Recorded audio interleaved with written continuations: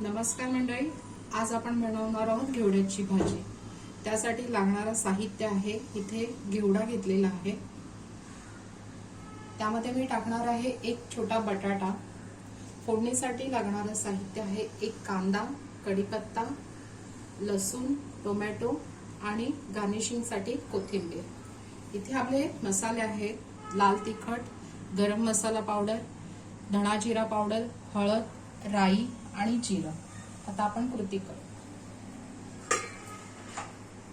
आपण तेल टाकू,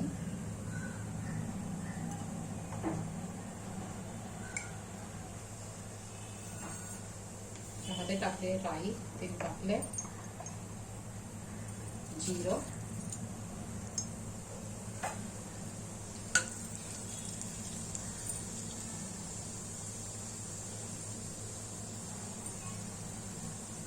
त्यामध्ये टाकणार आहोत कढीपत्ता, कांदा,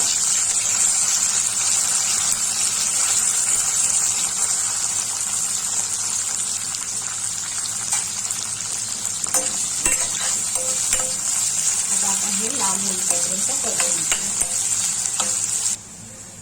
कांदा थोडा लाल झालाय, त्यामध्ये टाकतो आपण लसूण,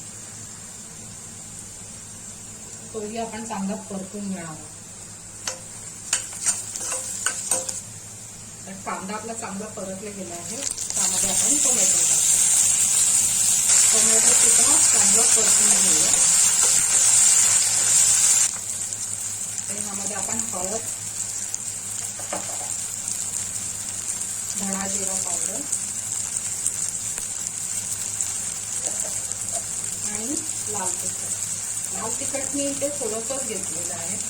आता मी गरम मसाला फोडणीत घालणार नाहीये, तो मी भाजी घातल्याच्या नंतर, परतून झाल्याच्या नंतर गरम मसाला थोडा करून घालणार आहे।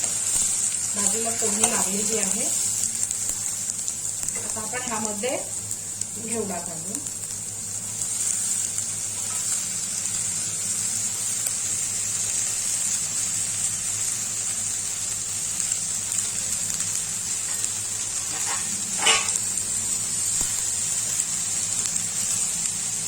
बटाटा,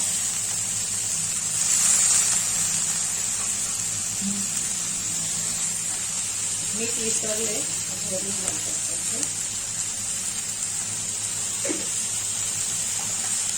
भाजी चांगली परतून घेऊया।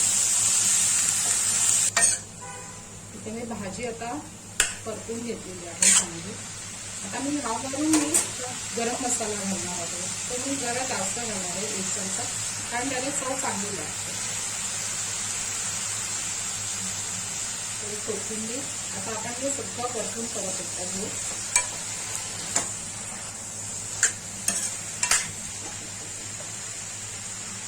भाजीमध्ये मी पाणी घातलेलं नाहीये, कारण मी वाफेवर भाजी शिजवणार आहे, त्यामुळे गॅस बारीक केलाय, पूर्ण मंद आचेवरती केलं आणि झाकणावरती मी पाणी ठेवून ती शिजवणार आहे।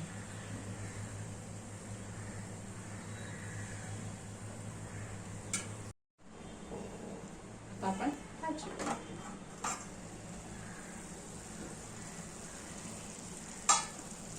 भाजी झाली आहे। आता ह्यामध्ये आपण कोथिंबीर मिक्स करून आणि सर्व